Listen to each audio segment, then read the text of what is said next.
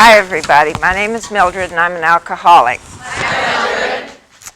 And glad to be here with you. Now, I guess that should stay the way it is. Okay, we'll get into business there. I did not expect to be introduced as somebody who's going to put terror into the hearts of people. Thank you, Ellie. I'll see you later. I can only pass on my experience, strength, and hope. I'm not here to try and tell you what I think you might want to hear. I came here in incredible pain.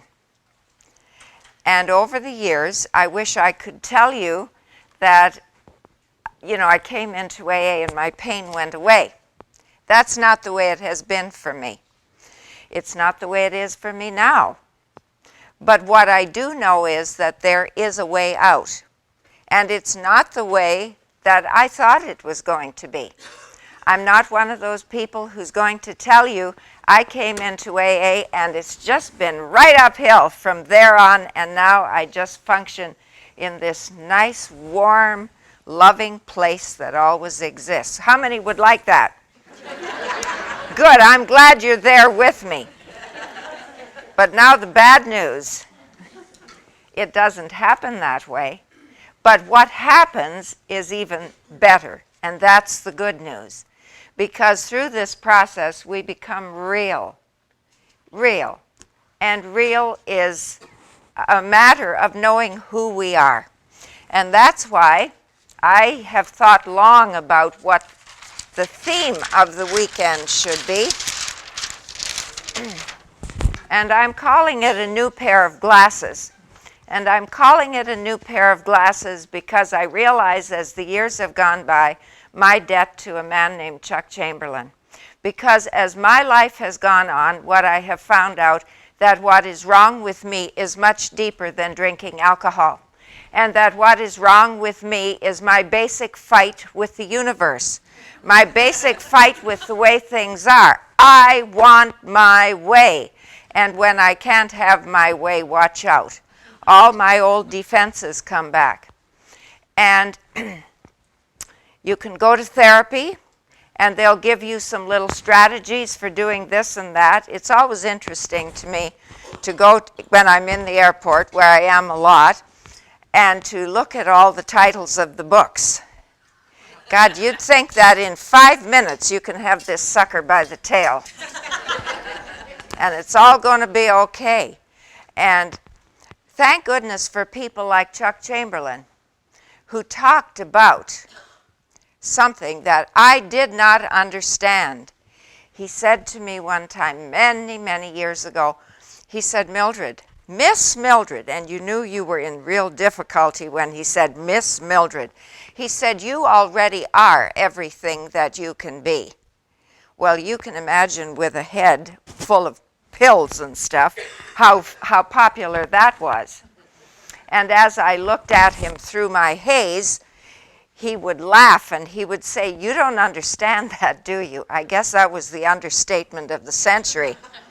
And then he would say, you already know everything that you can know. I hadn't a clue what he was talking about because I still had my head full of the ideas that I had accumulated through church, through religion, and whatever. My role here is not to put down anything. We go through cycles in life, and I learned a lot from church, and I learned a lot from the convent, and I learned a lot from religion. But when he introduced those ideas to me, they were absolutely foreign. And that's why I would like to dedicate this retreat to putting on a new pair of glasses, not changing the lenses and not adjusting the lenses. That's what I tried to do all my life. And you know what I was trying to do? I was trying to adjust those lenses so that I could have my way. How many identify with that? And part of adjusting the lenses meant that you would change. How many would like to change their neighbor? Come on, how many would like to change their neighbor? Absolutely. How many believe that changing their neighbor would make their life better? Notice my hand isn't up. I know that if other people change, I've been here long enough to know it's not how life changes. I need to see. I need a new pair of glasses. I need to see the world in a radically different way. You know, maybe that sounds scary to start with. But you know, one thing I've always wanted, and I think it's at the root of all addiction, is this terrible void. I don't care what we call it, the holes in our soul, the fear of life, the emptiness that we experience. We think we want something and then we get it, and we still have that wind blowing through us. And in temperatures like this, you know what that feels like. And getting what you want doesn't seem to solve that. But I think that the reason it doesn't solve it is because that's not what I'm here for. I'm not here to have my way. And I'm not here to have eternal fun. Oh, I'm just as disappointed about that as you are. But I think there's a big difference between fun and happiness. The book doesn't say God wants me to be eternally have fun. It says the book wants me to be happy, joyous, and free. And that's a big difference. And with the glasses that I've always worn, I can never be happy, joyous, and free. Because all those glasses ever showed me was me, me, me. And we just adjusted the lenses a bit, that's all. And when the lenses were adjusted, all I still saw was me, me, me. And if we look at the steps in the program, that's not what this thing is about. So, I was reminded of what this thing is about. 3 weeks ago, I was giving a retreat in a small town in Ontario. And 2 of the girls came with red eyes. One of their friends was just going through the process of burying the husband who had sat down in front of a moving train.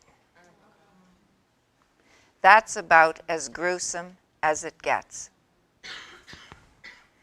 And that's the reminder of something. I'll tell you, nobody wishes more than I do that I didn't have to face life the way I do. But life just doesn't back down for me. Do you realize that?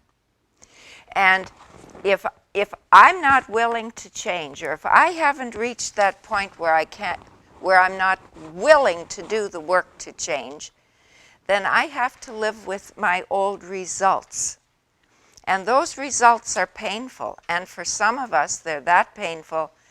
You know, and I don't subscribe to the idea that any of us is left out of this joyous, happy, free life. I don't think I'm sober tonight, and somebody out there is going to freeze to death on the streets of Toronto or the streets of Minneapolis or sleep on a grate, as happens, because I'm better than that person or because God chose me and loves me more. I just don't believe that. That's not a God, that's a monster. I don't totally understand it, but as I understand it, I think the gift is offered. Just like the gift of oxygen is offered, the gift of life is offered. I can snuff it out, can't I? I don't have to take in the oxygen, and I don't have to accept the gift of grace either. And I'm going to talk in terms of, and I should mention this, because there are people here from different programs. This is not about this is not an AA meeting, as you know. It's a retreat on the spirituality of the 12 steps. And let me remind you that in our book, very near the front, it says drinking alcohol is not the problem. If drinking alcohol had been my problem, I wouldn't be here. Why would I be in Alcoholics Anonymous? I would have simply stopped drinking. Isn't that what you would have done? I had 4 brothers, and the two younger ones, they're older than I am, but one was alcoholic. He just died last Christmas. He was sober 49 years when he died. My other brother is still living, but the comparison between these two, the alcoholic, he had good reason for stopping drinking. You know what he did? What do you think he did? He drank some more. I mean, did you ever stop whatever is your particular addiction? Did you ever stop it because you had a good reason for stopping it? I never did.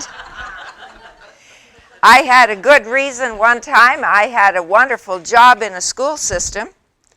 And the day I was supposed to take this wonderful job, you know where I was? In the psych ward. Because I had been into the booze to such an extent that they couldn't allow me to be free on the street. I never stopped because I had a good reason, because I wasn't drinking alcohol because I was drinking alcohol.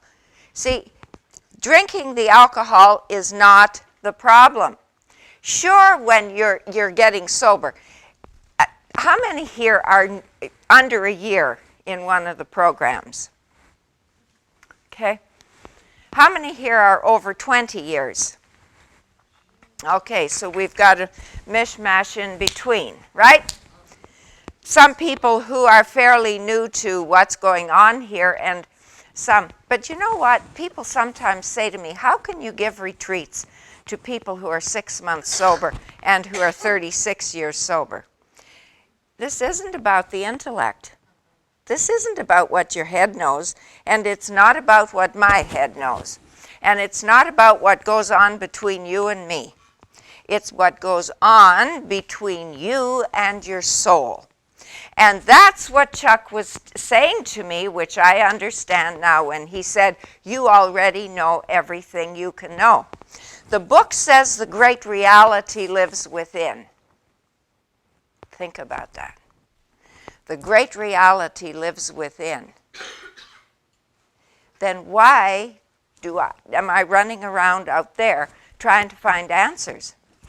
Isn't our whole program so that we start out with 1, 2, and 3, finding out who we are, then cleaning up the debris in 4 to 9, and then 10, 11, and 12 talks about such things as the vision of God's will, listening to the still small voice, developing the sixth sense. What's that about?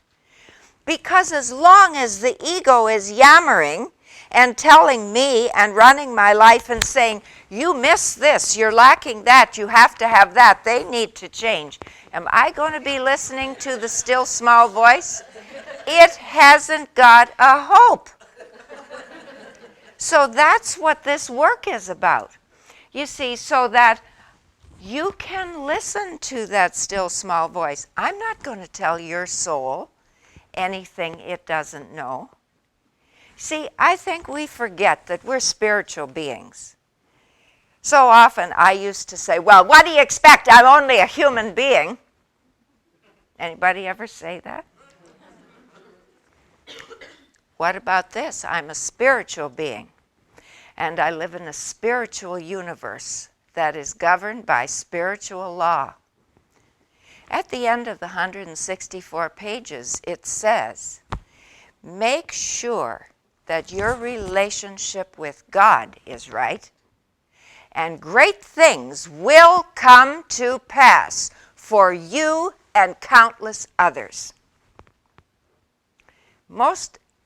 When I started to really hear that, it doesn't say make sure your relationship with your boss is right, or make sure your relationship with men is right, or make sure your relationship with your mother is right. It says make sure your relationship with God is right. Because you know why?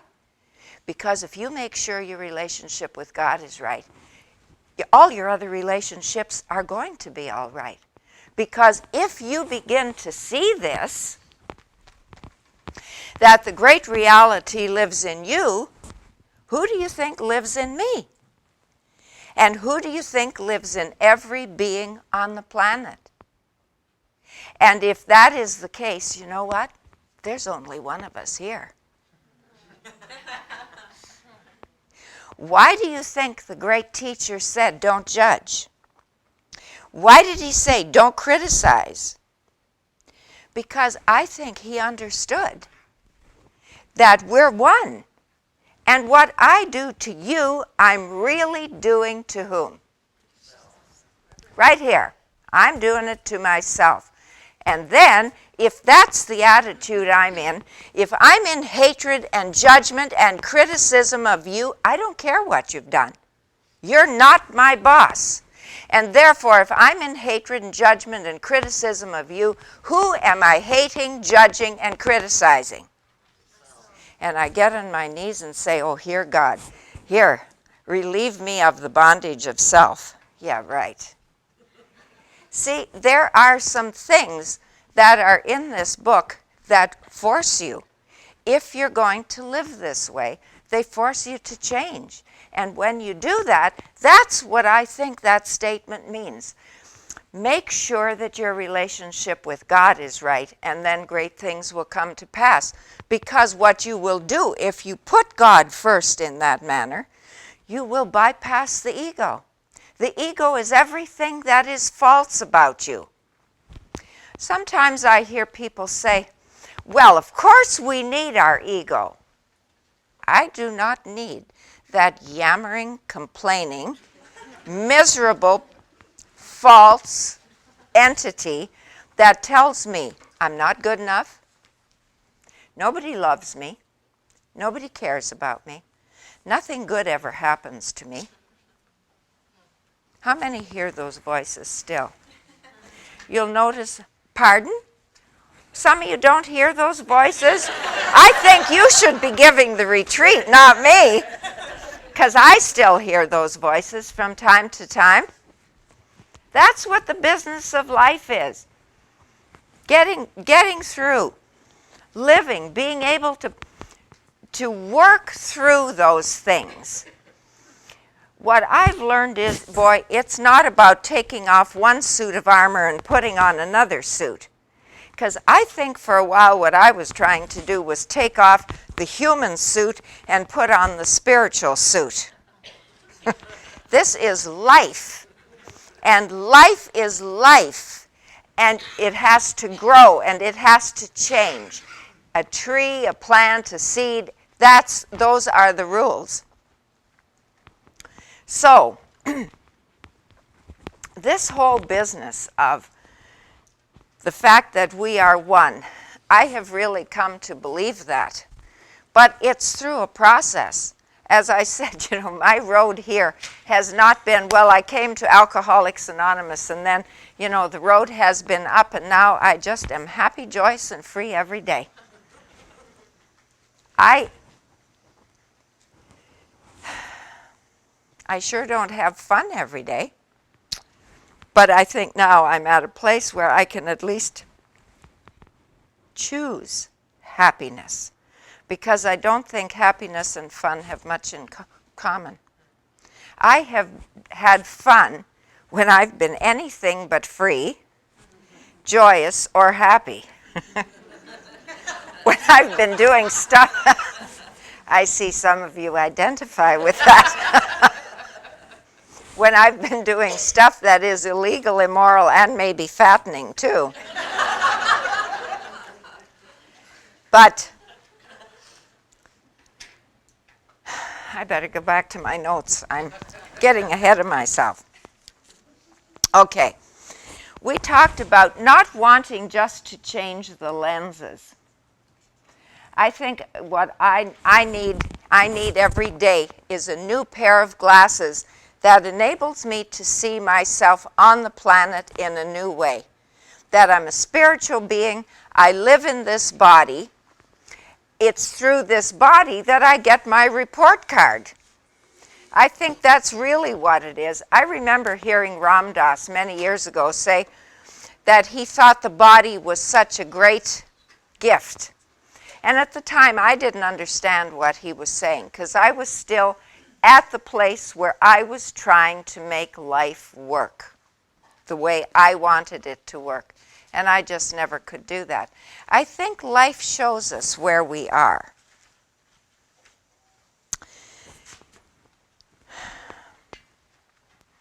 I think the glasses that I've been wearing have shown me for many years lack, limitation, guilt, I'm wrong, I'm bad, and a whole variety of that kind of stuff.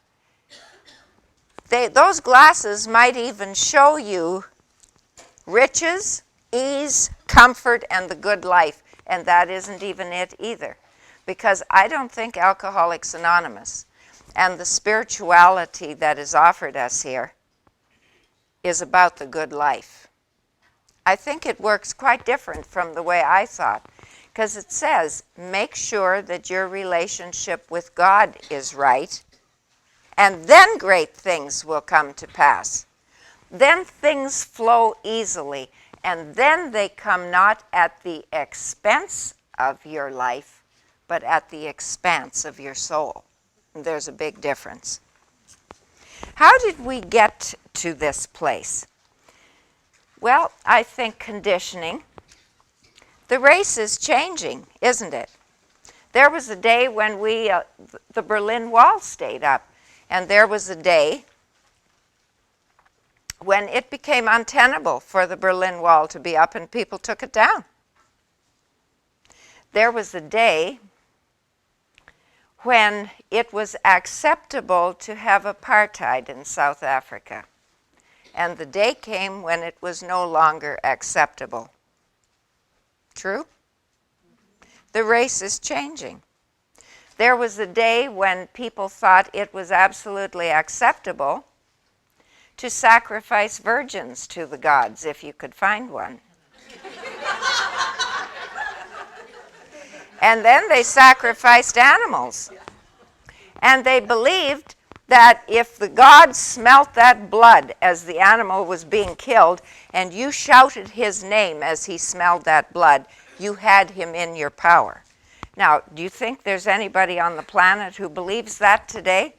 Maybe, but I don't know anybody. As a race, we're changing. What I'm getting to is this. Sure, we have these ideas. A lot of these ideas we got from parents. You know what? They gave us the best they knew how to give us. If they knew how to give us better, they would have. You know, I see the world in completely different form today than I did 50 years ago, 60 years ago, even 10 years ago. And so our conditioning is partly, sure, our conditioning was such that we believed the good life was what this was about. We're caught in the trap. We're caught in the old patterns of existence. And aren't they hard to get rid of?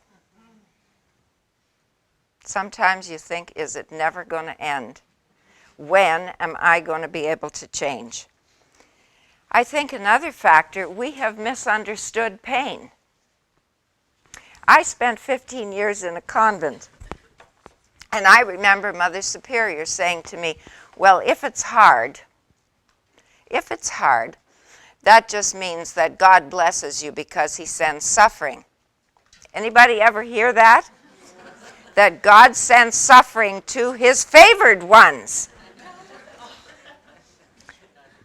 It's not the way I see it today. I think pain is simply a message from the universe. It's telling me that I'm out of harmony, not doing it right, and that I've got to adjust something. And I have been sick enough that I've come to really believe that. I used to think you created my pain. Some man out there was doing it to me. My mother was doing it to me. Somebody was doing it to me, and I don't believe that anymore. Pain is simply a messenger that is telling me either to move on, something needs to be changed. I often think of this. We take physical growth for granted, don't we? I think sometimes, would you like to be a seed? An acorn? To become what you already are in essence, you've got to change. You've got to be split wide open so that you can become the identity that you carry within you. Isn't that true? If you were that seed in the ground, do you think you'd want to go through that process?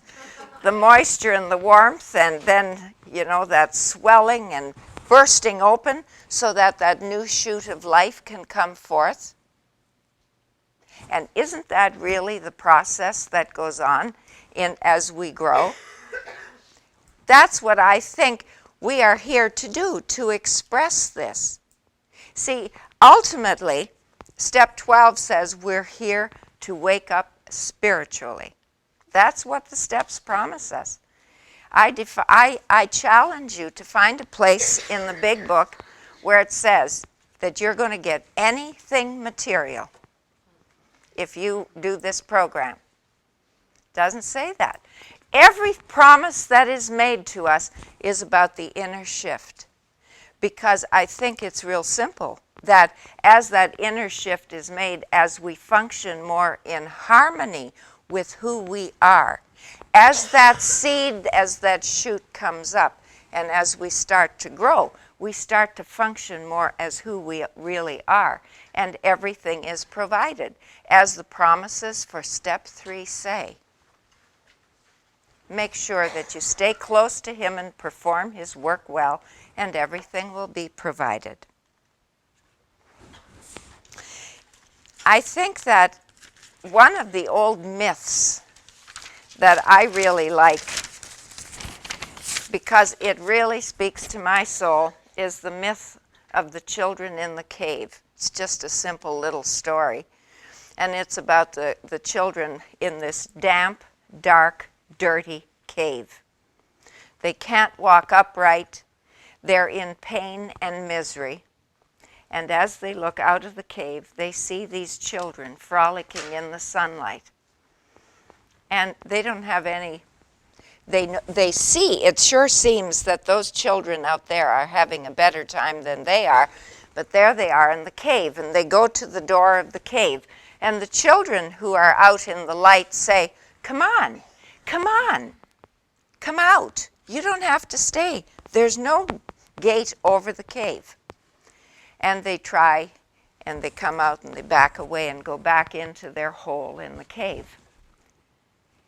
The question is, do they ever come out? See, the question is, do we ever come out of that cave of pain and darkness that the ego has created for us? It's an individual question, isn't it? It looks so simple, doesn't it? Like, why wouldn't you want to get out of the cave?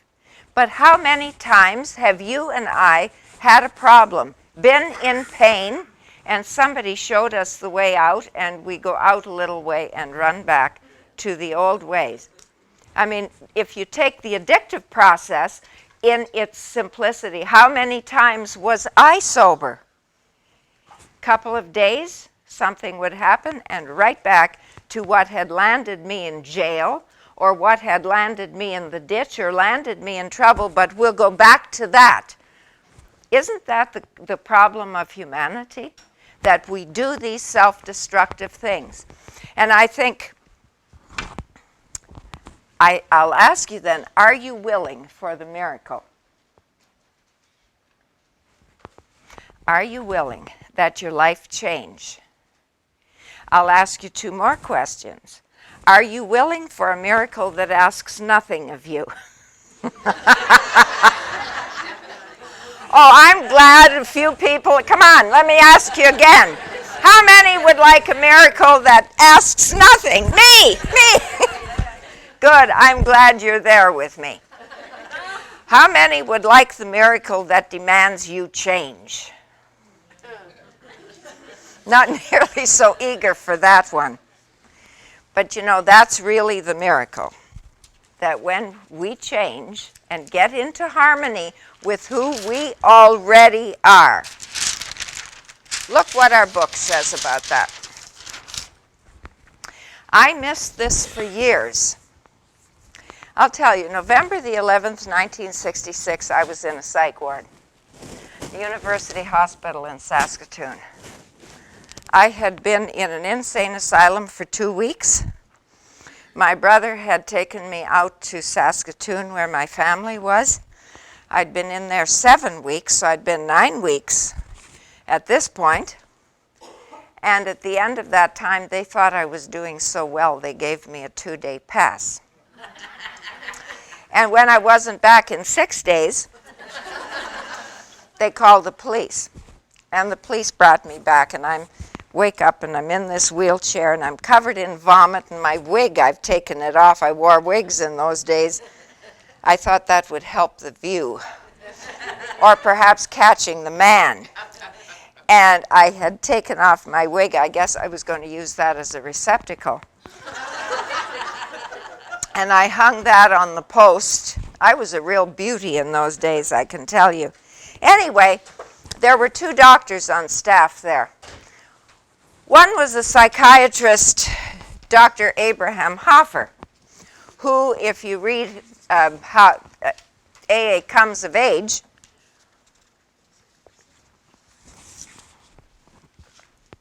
was a consultant to Bill Wilson. Bill thought maybe taking LSD, because Dr. Hoffer was doing experiments in those days on using LSD in controlled situations with patients who were schizophrenic.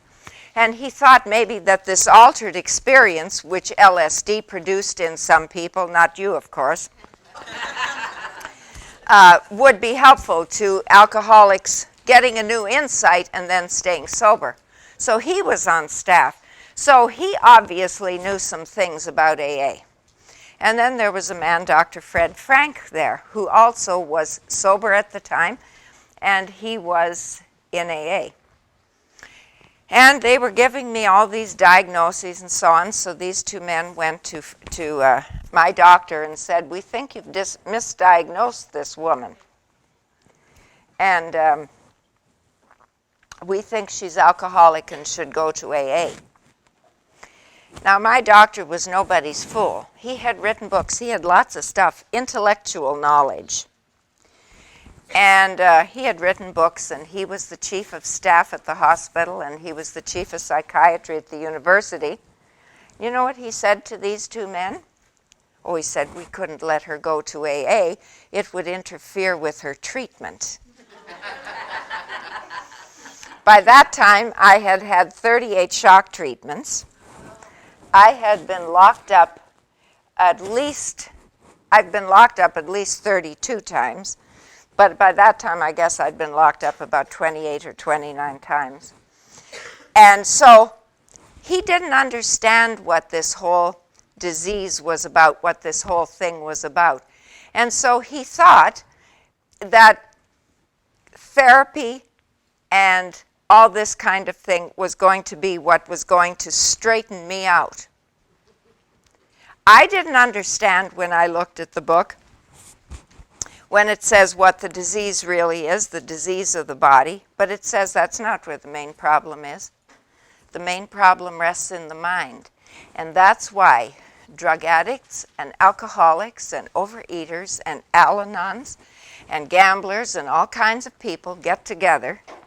We're not talking about how we're going to not drink or not eat, overeat or whatever. We're talking about the spirituality of these steps of this program that can show us, give us new glasses so we see our lives in a different way, so that the void that has driven us need drive us no more into destructive paths. That's what this is about. Look what our book says. If this is not what it is, then these statements make no sense. If this is about coming into our meetings, into our fellowships, and just not doing drugs anymore, or not drinking alcohol, or not overeating, or whatever is our particular thing, these things don't make sense. I don't need this stuff if that's all I'm going to do. If I'm going to come into a group of people and we're all going to support each other, one human being to another, what are the ABCs about then? It says no human power can help me. If that's what this is about, then it's not what I think it is. Because I, as a human person, cannot help you as a human person. All that I can do is be a channel for that which comes forth from me, so your soul can hear it and talk to you. That's what this is about. It says God would help us if he were sought. What does it say the book is about? It says the book is about helping you find a power who will solve your problem. One time my sponsor had me read that. What is the book about? So I got out the book and glibly I read. This book is about helping me find the power who will help me solve my problems. As I saw my problems when I came here, it was all about lack. I have no man, no money, no this, no that, no whatever. And if I could just get my claws on those things, then I'll be fine. Then I'll deal with you, God. It's not what the book says. And he had me read that till I saw problem was singular. And he said to me, you have only one. And that problem, of course, is self. Self. Because it's the ego, that self-centeredness that is defined in step 3, the root of everything that goes wrong with me. Look at this. Spiritual principles would solve all my problems. Well, if my problem is physical, why is a spiritual principle going to solve it? See, spiritual principles solve it because my problem is spiritual. My problem is separation. My problem is consciously thinking that I am separate from my good. That's my problem. And if that's the problem, then the only solution is changing the consciousness to see that if this great reality lives within me now, I'm not separate from anything. I swim in it. It swims in me. And the business is not to bring it in from there, but rather to release it from within. Make sense? What is the intellect saying? I bet the intellect is yammering pretty loud in some of you. What is she talking about? And I'll bet you if you're still, your soul knows exactly what I'm saying. That is really the process. And I go back to that wonderful statement at the end of the steps where it says, make sure that your relationship with him is right. Put that relationship first and foremost, and everything else will get cleaned up.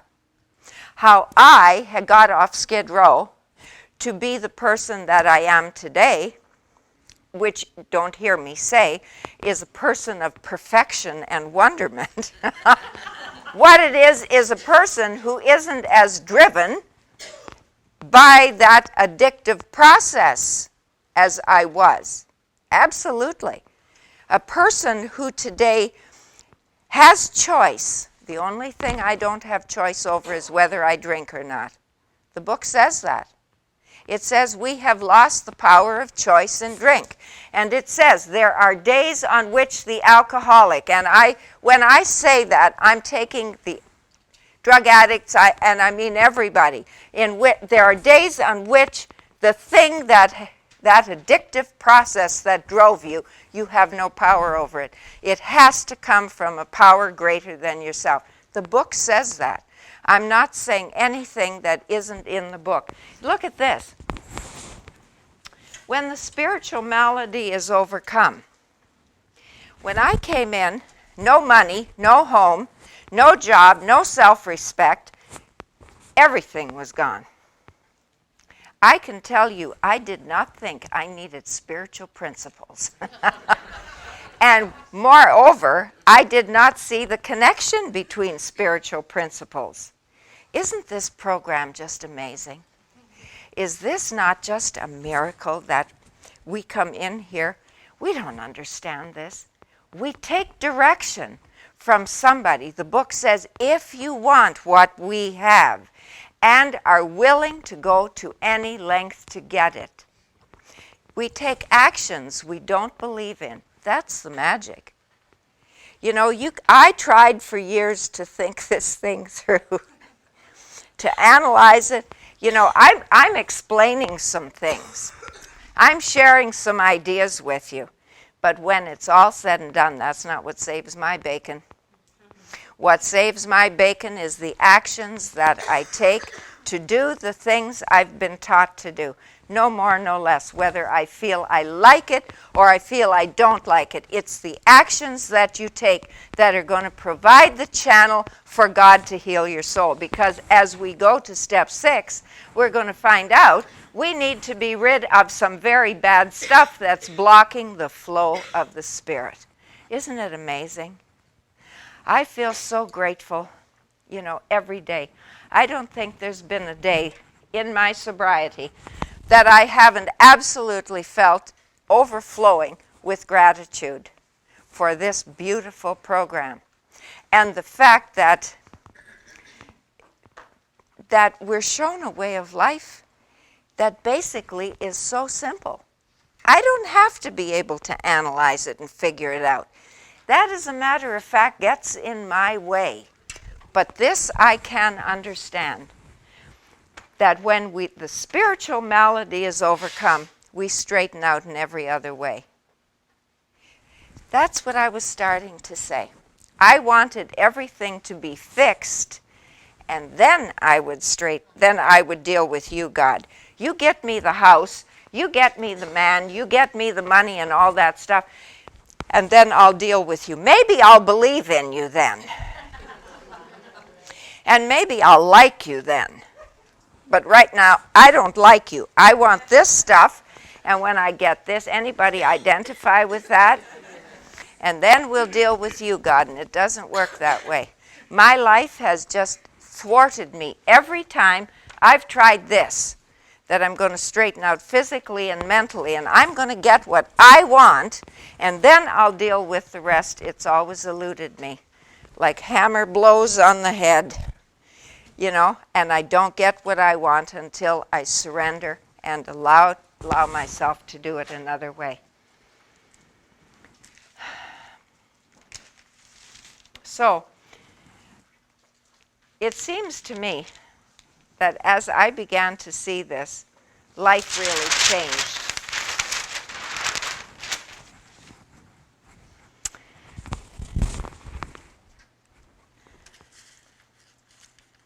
One more thing I'll ask you.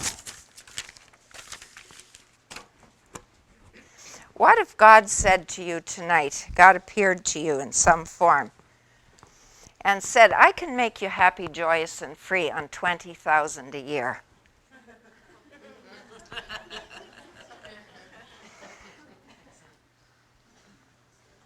Any takers? Or $15,000 a year? I can make you happy and peaceful on $20,000 a year. The reason I'm saying that is often we think, yeah, I'm really surrendering. I'm talking about myself. I think I'm really surrendering. But I've got an agenda. I've just gone through a couple of days of real struggle. And pain. I'm 27 years sober. I should know better. Oh, yes, right. This process continues, my friends, because it's about growth, and it's about what Meister Eckhart said. The soul grows by subtraction. If we were done here, we wouldn't have to be on the planet anymore. And I bet some of you are saying, well, if that's the rule, I'll just keep on what I'm doing so I get to stay a while. But you know what I saw as I went through these days? I saw why I was continuing to struggle. I had an agenda. Because it seemed to me I could let this thing go that I wanted if I got my way. And if it didn't happen that way, then I couldn't be happy. And it always gets back to that. I've got to be that unconditional surrender. I remember one time talking to Roger, and this expression has just been with me these last couple of days. He was telling me about something going on in his life, and he said, you know, and then I just sat in the lap of God. And I thought, that's it. But that's not enough.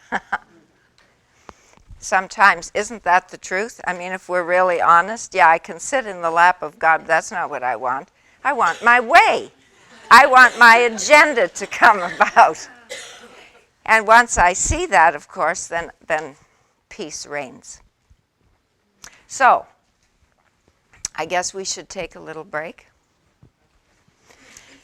And then I'll try and do just an overview of the steps so that tomorrow morning we can sail right into the steps one by one and see how they relate to our spiritual growth. Thank you. Okay.